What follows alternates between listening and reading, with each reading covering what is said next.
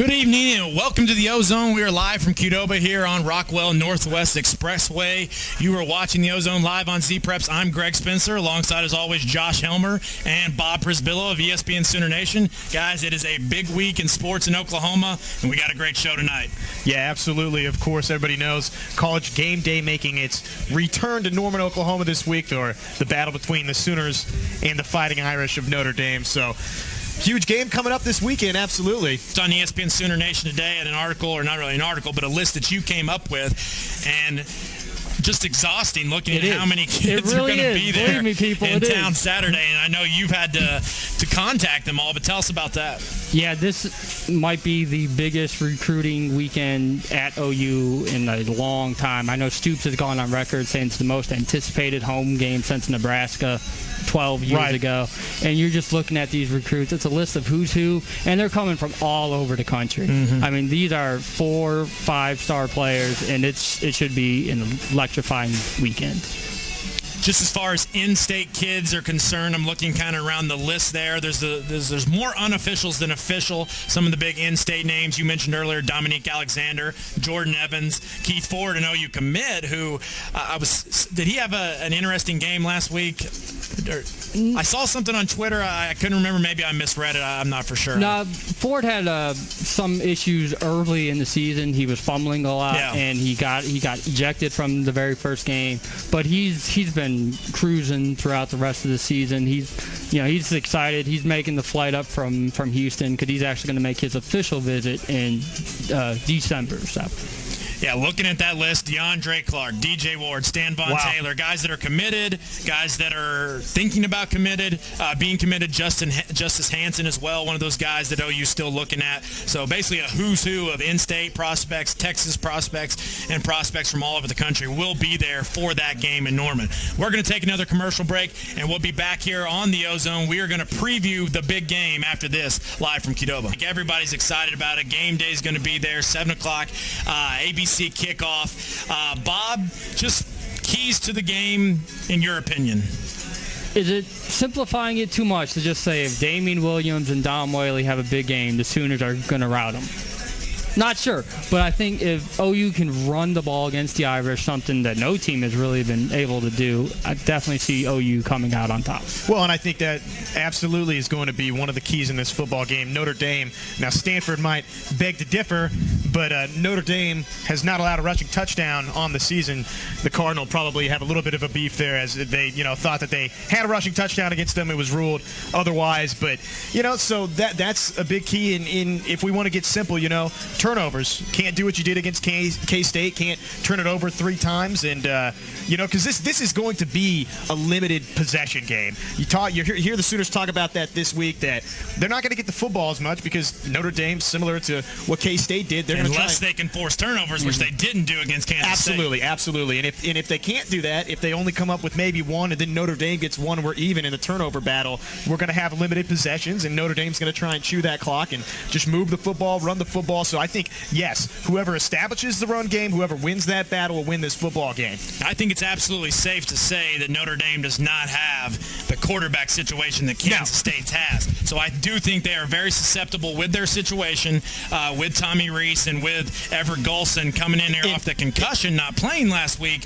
Very susceptible to some turnover issues. Absolutely. In the Sooners, we have seen them improve and improve. I think it was a month ago after that Kansas State game, we were talking about how bad the Sooners ranked as far as nationally in turnovers forced. I don't know their ranking now, but I know then they were like 105 in the nation. Yeah, they just weren't getting it done defensively as far as forcing turnovers. Right. They were holding people, yardage-wise. But not, stripping those footballs, not coming up with, pick sixes, INTs. Now, 9 turnovers in the last 3 games, so 3, 3, and 3. They're going to have to do that again this week. And I think that defensively, Oklahoma's something, an animal that Notre Dame has not yet seen. Definitely, the causing turnovers has been the key on defense. And when I look at the offense, what has led to this turnaround, it's not forcing Landry Jones to be the guy 100% of the time. Yeah. Go ahead and work off Damian, work off Dom, and then Landry can find his comfort zone. Trey Miller.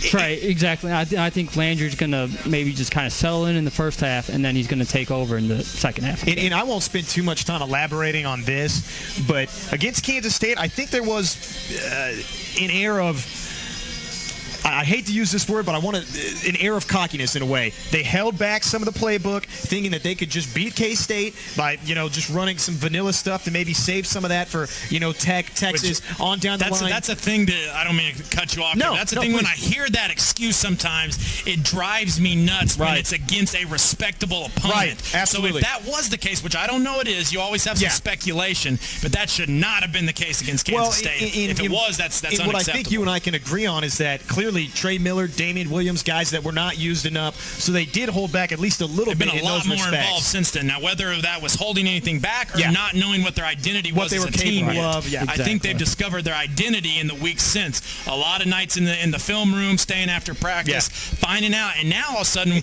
beginning of the season, we kind of wonder, all right, who are the receivers? Who's going to emerge here? Now there's too many receivers. Trey McGuire played half the amount last week that he did in the previous games. Well, and a reason for that is because Jalen Saunders emergence. Sterling and Jalen inside, taking care of that slot role, moving Kinney back outside. That's taking away Trey's spot on the outside because now you got Justin and Kinney. So there you go. And really, when you break it down, and you go back to Kansas State game, look, first of all, I respect Notre Dame in a great way. I think Brian Kelly is a great coach. I think he's the right guy for that job. Their defense is outstanding. I've watched their full games at least twice, and I've watched bits and pieces of their other game. If we haven't talked about this, Monty Teo. He's just an absolute stud in the matchup between Trey Millard, Oklahoma's fullback, and linebacker Monty Teo for Notre Dame. A lot of people emphasizing that particular matchup. And the key, to me, is Notre Dame in 5 of their 7 wins has scored 20 points or less. Yeah. That will not get it done this Saturday in Norman with the way this offense is playing.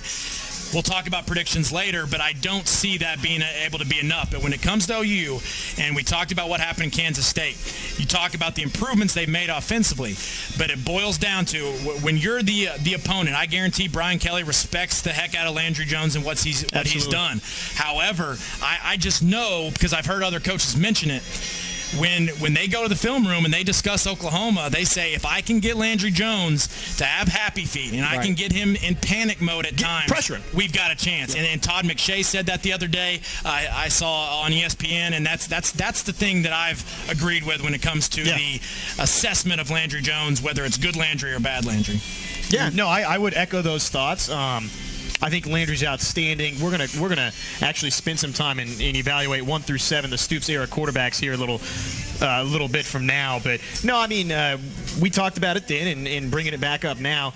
That's what the Kansas State players, that's what the coaching staff said, is that if they could get at Landry a little bit and pressure him, they knew that he was prone to making some mistakes, and I think that's true, but I think that one thing that has certainly helped Landry's cause is that the offensive line has just improved tenfold. They've made some changes. Then. They've made some schematic changes in what they've done, and we're going to make a commercial break change and come back and discuss what you just said. We're going to come back and rank the top 7 quarterbacks of the Bob Stoops era live on the Ozone from Qdoba.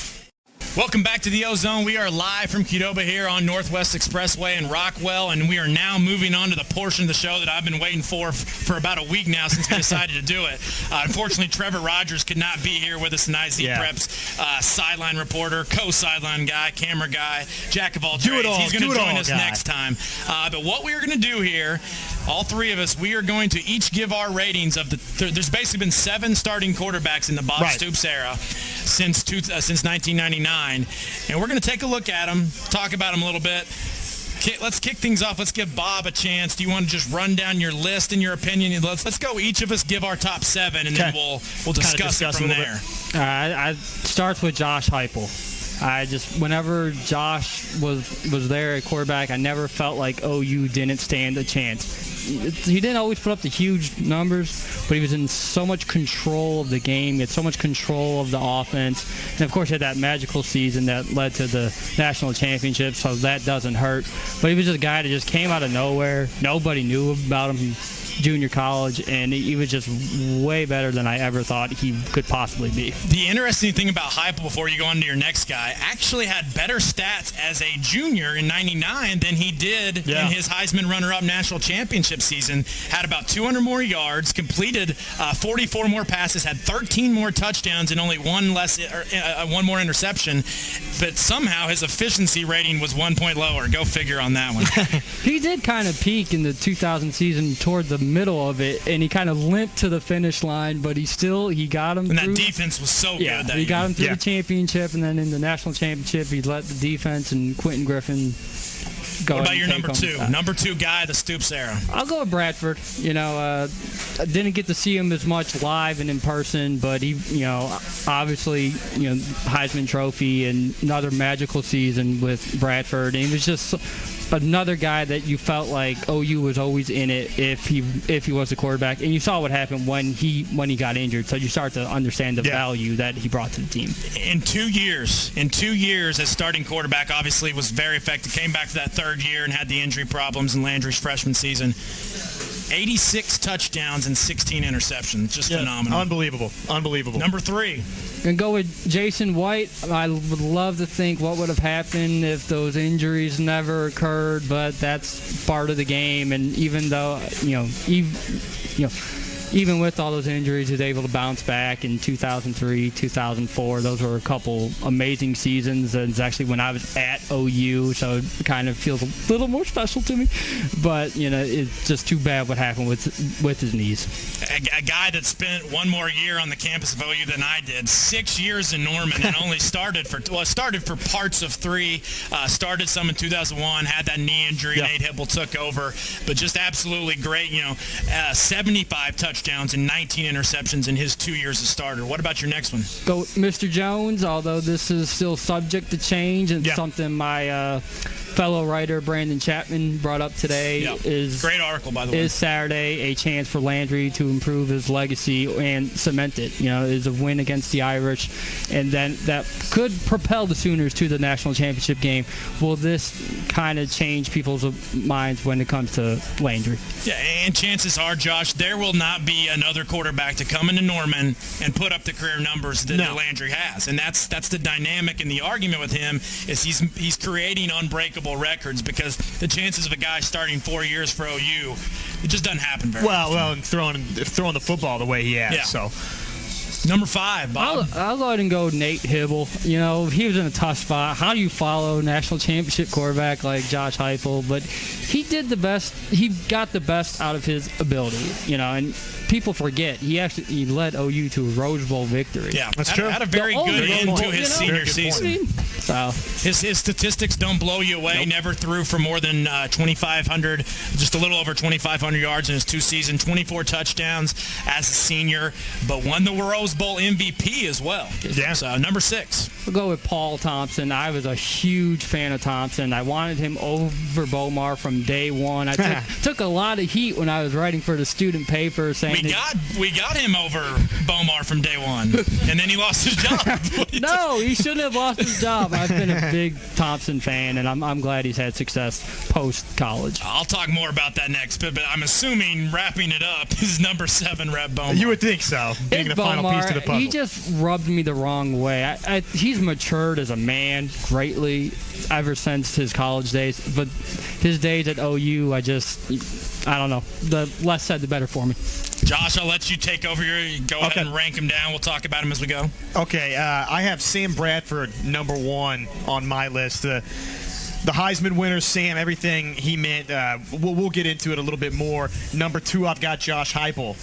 Right there, number 2. Number 3, I've got Jason White. Number 4, Landry Jones. Number 5, I have Paul Thompson, number 5, Nate Hibble 6, Bomar 7. I'll get into mine, then we'll bounce around. I've got Bradford 1.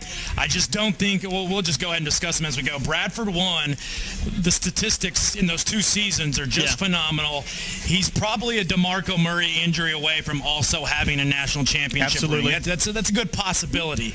I just think, yes, Josh Heupel won the national championship, so that adds to his resume. But when you're just talking about who was the best, it's got to be Bradford. Number 2, I will give it to Heupel. We talked a little bit about his stats. Not as good as Jason White's or Bradford's, and really not even as good as Landry Jones in some ways. But the guy was a winner, and he got it done. Number 4, and think everybody agrees with this, whether you're in this conversation, whether you're a Landry lover, a Landry defender, or a Landry hater, or Did whatever. You say 3? No, Jason White, number 3. Sorry about that. I skipped that. Jason White had a great career at OU. Those 2 years close to 2 national championship games. Yeah. Landry, number 4. That's just kind of where we sit right now.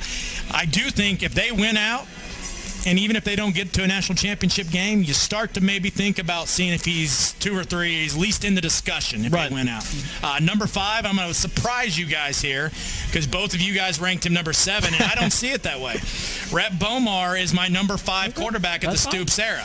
Talk about the year that he was the starting quarterback. They won the Holiday Bowl against Oregon, and he was the MVP. He was on a team that was super young, wide receivers across the board. I remember early in the season. I remember earlier in that season against Tulsa, coming off that TCU loss when Paul Thompson lost his job, they handed the ball off to Adrian Peterson every single play of the second half against Tulsa. I am not lying about that. That happened. I know it. And then Rhett Bomar stepped in, had some episodes of fumbleitis there early on, but as the season progressed, you watched that guy and you said, man, he's got a chance to be a star. And it all accumulated in that Holiday Bowl game, and then it was over. It was over before you knew it because of the mistakes that he made, and it's unfortunate.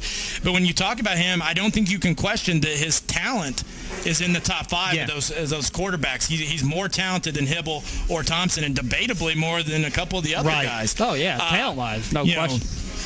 Had a good season, had some good, some bad, but like I said, he finished well. You saw the potential, and then unfortunately, but actually fortunately for him, but fortunately for Sooner fans, it ended up working out pretty good because we got Sam Bradford the next year, and all was well in Norman. Going on down the list, Nate Hibble, number 6, Paul Thompson, number 7. There's my list. I respect Paul Thompson. I thought for him to play the multiple positions, he did some good things.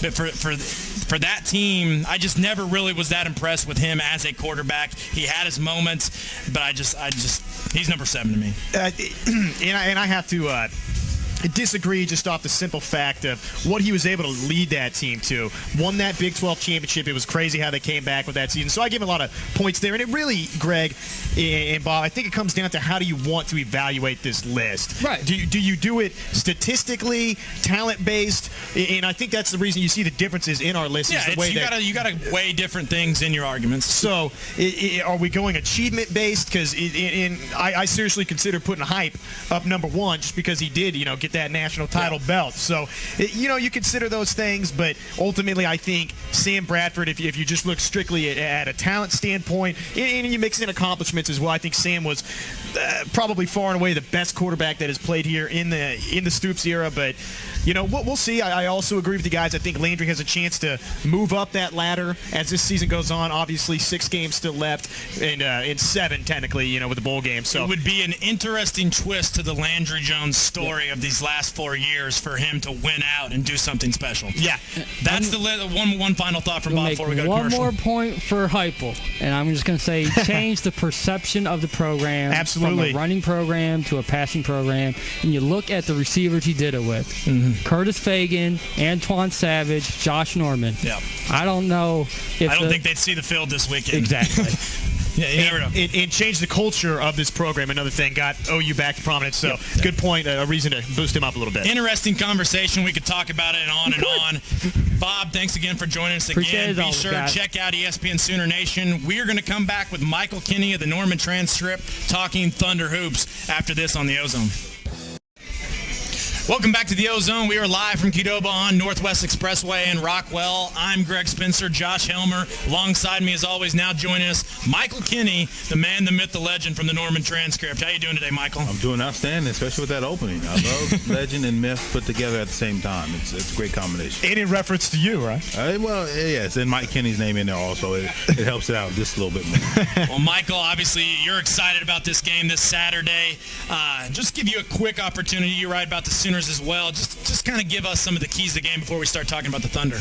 I mean, y'all covered it, the good majority of it. I think the biggest thing I'm looking forward to is that Trey Millar versus Matateo matchup. I mean, it's old school fullback versus middle linebacker. Yeah. I think that's going to dictate pretty much the outcome, at least on that from that side of the ball. If Oklahoma can get its run game going and force Notre Dame to have to bring in those safeties and those wide receivers getting one-on-one man coverage on the outside. And I just don't think that the Irish have the secondary to be able to hang with Oklahoma. And then just hopefully if Landry doesn't revert back to the first couple of games, he looks and just plays more like he has been on this last little run of 3 games. I think OU has a better than good shot to be able to come away with the win, and which will be the biggest game in my estimation in Norman in the Bob Stoops era. You think bigger than OU Nebraska?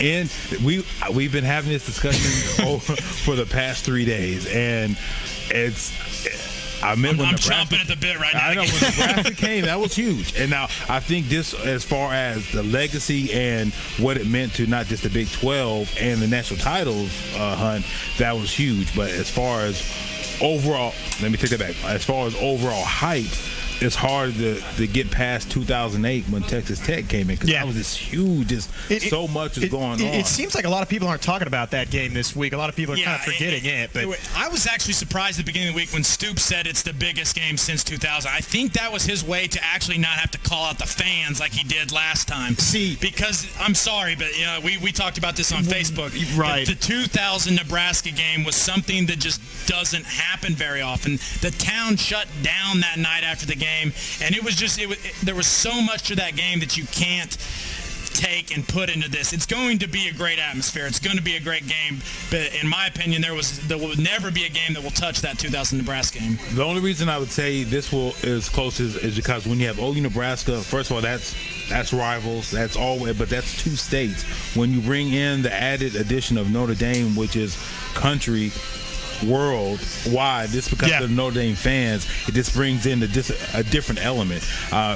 It's more of a national game. It's just more of a national game, and that's why I've said many times, this is a chance for OU to expand its brand even more than it has been, just because, as Bob said, this is not just the biggest recruiting day football-wise, but the school is using it educational-wise just to show off its campus and everything else. So we can go back. I want to make a point here too. Stoops came out and said that this is the biggest game since OU Nebraska. I truly believe it's politicking the voters. I don't think it has anything to do with the fans. I think it's his way of setting up. Not to take anything away from the OU Tech game, but OU Nebraska, bigger, kind of allure about it, and that was a longer time ago. It doesn't sound as flashy to say, oh, this is the biggest game since 2008 versus saying this is the biggest game since 2000. So I definitely think that's a factor. Yeah, I think that's a good point. We don't want to get stuck just talking about this all the time. So let's move on to the Thunder. Obviously, we are excited about this game. It can't get here soon enough. The Thunder in your hometown tonight playing, is this their last preseason game? Yes, last preseason game. Currently up 34-25. I know Russell actually is playing. I thought I had heard that he was not going to play tonight. I believe Kevin is getting the night off. Got to put on a show for my buddies back in Wichita. I got to put on the show. Yeah. If I'm correct, they held out both Kevin and Russell last night, so they would be able to play both of them heavy minutes tonight. They're trying to, on one side, yes, it's trying to get the starting 5 and the top 6 minutes together again. Right. But they're also, the word brand comes up again. You're trying to stretch it out into that Kansas market. And I think that is a very good point. And so you don't want to take them up there and then not play Kevin and Wessel. But surprisingly, there was some controversy in Tulsa about James Harden not playing, and maybe some small boo birds in the BOK Center. Did you hear about that? Yeah, I heard about that, and it's obviously you want to see everyone. James is, even though he's a 6th man, he is one of the more popular. You might as well just call him a starting, player for the Thunder. Exactly. In a lot of ways. The beard, the whole 3 when he's been down. Olympian. The Olympian. He is one of the more popular players, not just on the Thunder, but just in the NBA. He's growing into that mold now, and so obviously people want to see him. So I think you can make a strong case. He's actually, in some ways, the 2nd most liked player on the Thunder because there's so much division between people about Westbrook, which I love him. But there are some fans that sit back there sometimes. I'm like, just shut up already. You don't know what you're talking about. Oh yeah, no doubt about that. James is far and away, but that makes Russell almost my type of player. Just that, he's not going to be that fan favorite, and sometimes you have to rein him in. But as I remember, just the other day, the last home preseason game, Coach Brooks said, what makes Russell pretty much the soul of the team is just because he has so much attitude and he's had to fight so hard to get to where he is, and the team follows in that line many ways. You know, and I want to talk about this for a second. We talked about it last week, but now you hear a lot of fans kind of clamoring that they think Reggie Jackson is going to be the backup point guard guy. I still find that hard to believe, but is he a guy I got to that see it in a meaningful regular season game? Totally agree. I've seen too much of good things from Eric Maynor. Right, and I think fans are so quick to forget what Eric Maynor meant to this basketball team prior, to last season's NBA Finals run. He was absolutely huge for the team going to the Western Conference Finals the year before. So, but I do think that's something to keep an eye on and kind of monitor. It'll be interesting to see if he's going to take some of those minutes away. But Michael, Josh, the number one thing we're keeping an eye on, right? We're just a week away from the deadline. Yeah. Halloween is a trick or treat with James Harden. Man, I thought it would probably maybe get done by now. I didn't think they would try to squeeze out as many hours and days as it looks it's going to. It looked like if it's going to get done, it's going to get done maybe like October 30th, like those hours leading into it. But you hear talk now that maybe they're going to let the deadline go, let him go after another run this year, and hope upon hope it doesn't come out like this, but maybe try to amnesty Kendrick Perkins, use that money to re-sign James Harden. Because if you look at it this way, even though Kendrick is a great team player, backbone of the defense, the biggest team that he helps them against is now the Lakers. Yeah. Do you pay him that type of money to play against pretty just much one team? An idea I've thought of recently, and I hate to say this because I love the guy, but I think Thabo might be a candidate if you're looking to save a little less money to possibly amnesty. Any thoughts on that? That's, if you're looking at some point, if you believe James, if he's going to make that type of money, obviously he's going to have to be in the starting lineup. You just can't pay a six man that $9-10 million a year and not get a full value out of him. So Thabo, this is why that's a big year for Thabo, is that he's going to have to prove that he deserves to be a starter somewhere. It may not be here, but somewhere. I think obviously he has to do more than just be a defensive stopper. He has to improve upon his shot, be able to get some ball handling. Well, and I mean, Tabo's not getting any younger either. So is Thabo 32, 33? I mean, no, actually, I don't think he's that old. I'll look it up real quick, but I'm pretty sure he's in his late 20s. Yeah, he's in his 20s. Yeah, I don't think the only the oldest player on there in the starting lineup is Kendrick, I think. Not Kendrick. Thabo in his late 30s. He was born in 1984, which will make him 28. Yeah, he'll be 28 this year. Yeah. Actually. Exactly. A little bit younger than you thought he was. Quite a bit. That's 4 seasons. So. Exactly. So he's still trying to get into that prime, and get that big contract money like everybody else. Obviously, it's not going to come here, but he's still trying to get it also. So there are different options in what maybe hopefully Thunder fans are hoping for, but we'll just have to see what happens. Well, it's interesting to look at the score right now. It's 37-27 against the Mavs with 5:45 till halftime. And you guys were right. They are playing what appears to be more the regular lineup. Durant has 9 points. He's played 12 minutes. Ibaka 8 minutes. Perkins 8 minutes. Thabo 9. Westbrook with 13 actually. And then you look on the bench. Collison, Harden, Aldridge, Maynor, and Perry Jones are the only guys that have played yet. So that interesting with Reggie Jackson not getting those minutes yet. Yeah. And another guy that I'm kind of looking at seeing what's going to happen with him, DeAndre Liggins. Do you think he's going to get that final roster spot? Because I've been impressed with what I've seen from him. That to me is after what's going to happen between Reggie Jackson and Eric Maynor, that's the next biggest question is who are they going to keep? I'm thinking it's probably going to be Liggins just because of the type of teams that they play in this league where you got a lot of guards, a lot of people you need to come in and play some defense. I haven't seen a lot out of, while Roughton and my dude from Oklahoma City, Daniel Orton have played well. They haven't stood out. Liggins has actually had moments where he's stood out and was even in the starting lineup one. They definitely have a surplus of talent right now on the roster. It's going to be interesting to see. We're just a little over a week away from tipping off at San Antonio, then back the next night against Portland, and then you got Atlanta on that Sunday night. It's here. We are going to actually do a big NBA preview next week with Michael. So Michael's going to be with us longer next week, so get your NBA predictions ready. We're going to take a quick commercial break and be back with some final thoughts. You're watching the Ozone live from Qdoba. Food isn't just fuel for the body. It's bigger than that. When food is truly enjoyed, it can take you back to familiar places or open new doors to the world. It's what takes food from simply ingredients on a plate to a rich experience that can be shared by all. That's why we make food for people who love food. For us, food is a passion. It's the reason we comb the regions of Mexico for new, innovative flavors. It's why we source the best tasting and freshest ingredients. At Qdoba, we believe love isn't just the most important ingredient in our food. We think it's the most important ingredient in life.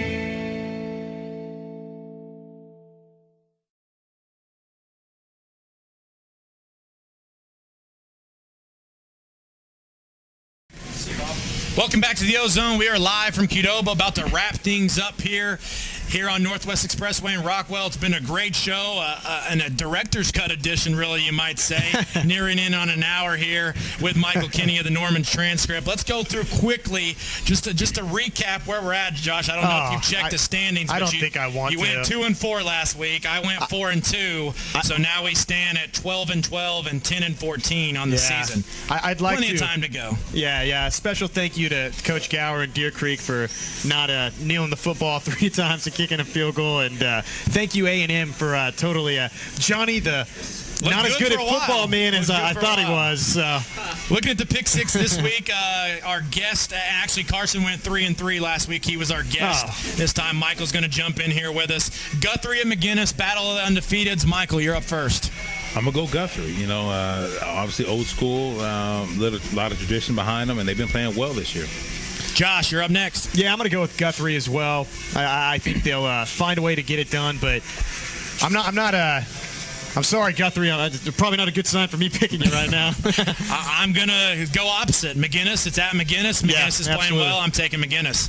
Next game, the game we talked about earlier, we might not know a ton about it, but it's a huge game, 1 versus 2, Wynwood and Wayne. You might just have to toss up a coin for this one. I know several people who have been to that, who watch many Wynwood games, and so I'm going to go by what they say, and I don't know much about Wayne. This sounds like a funny name for high school.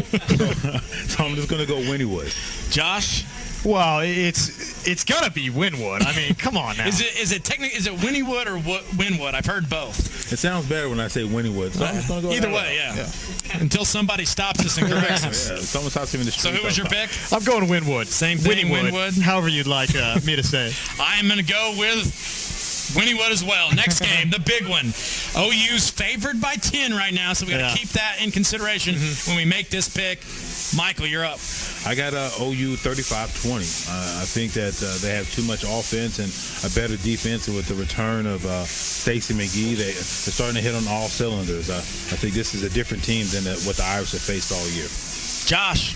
I'm going to go Sooners 35-14. I think Oklahoma wins this one going away. I'm going to go with the Sooners as well, and I'm going to say 31-10. 31-10 is my score there. Next one, I'm kind of throwing you guys a curveball on this one and picking what is technically, it's going to be a terrible game. It's Colorado at Oregon. Oregon is a 46.5-point favorite. Okay. Will they cover the spread? Michael. Oregon, 66 to maybe 12. I think they will. So Oregon covers the spread. Yes, that's going to be very ugly. Very, very ugly. But it will push Oregon quarterback maybe into the Heisman talk, just because they'll probably score about 6-7 times. And they got some criticism for letting off the gas pedal in the second half, and they're in that battle with Kansas State right now. Josh, who you got in that one? Well, I won't spend time talking about that, but I think that's kind of ridiculous of voters, anybody that would do that, because it was a Thursday night game. Everybody had the opportunity to watch that game. I think the Ducks will absolutely The only question is what kind of uniforms they wear. Right. What will they wear? I think they'll cover the 46-point spread there. Yeah. It's a crazy spread. I'm going to take Oregon as well, just because I think they're going to Colorado's so bad. Yeah, Colorado's terrible, and they're just going to step on the gas and not let up this time. Bring back Sal, and that's it. Let's do it. NFL games. Tampa Bay at Minnesota is tomorrow night on the NFL Network. The Vikings playing well, 5-2, a 6.5-point favorite. Who you got in that one, Michael? I'm a little worried if I was a Minnesota fan, but I'm going to go ahead and try to take them. I think it's going to be somewhere around a 38-32 type game. Minnesota. Tampa Bay can score. Horrible defense. But I think Adrian Peterson might have a 200-yard game. I hope so. He's playing well. Josh. Well, Oh, man. These NFL games are the tough ones for me, in my opinion. I like the Vikings Tampa Bay is just not as good of a football team. Minnesota's had a great turnaround this year. I don't know about what my exact point total will be, but I do like the Vikings to cover the 6.5. Tampa Bay surprising. Josh Freeman is really playing well right now. Threw for over 400 yards last week. A guy that, they thought was going to be an answer down there and has struggled at times. The thing I've been impressed with him is he came back in shape this year. He looks like an athlete. And can you imagine? I know Kansas State fans are looking back right now and just wishing that he played under for Bill Snyder and not what's-his-face that got fired. Prince. I'm going to take Minnesota in that game as well, even though I talked only about the Tampa Bay Bucks. Last NFL game, Oakland at Kansas City. This one's for you, Josh, but I'm going to let Michael pick first. Wow, you could not have chosen a worse game. Oh, man. Hey, now. 1 point favorite for Kansas City. Kansas City coming off the bye. They benched Castle for an even worse quarterback. It's going to be a lot of Jamal Charles. So I'm going to go Oakland.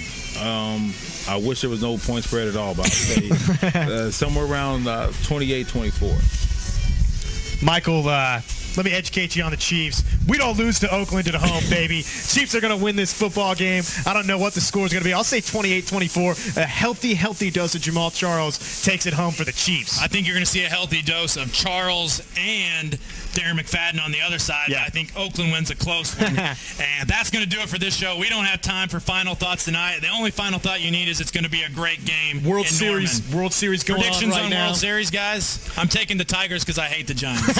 Go Mets. Go Mets. The Mets are not participating in the Ozone. We'd like to thank you for participating. Michael Kinney, Bob Przybylo, Josh Helmer, Greg Spencer. Tune into Z-Preps 7:30 Friday, Deer Creek High School. We'll be there. Hope you're there too. Join us next week.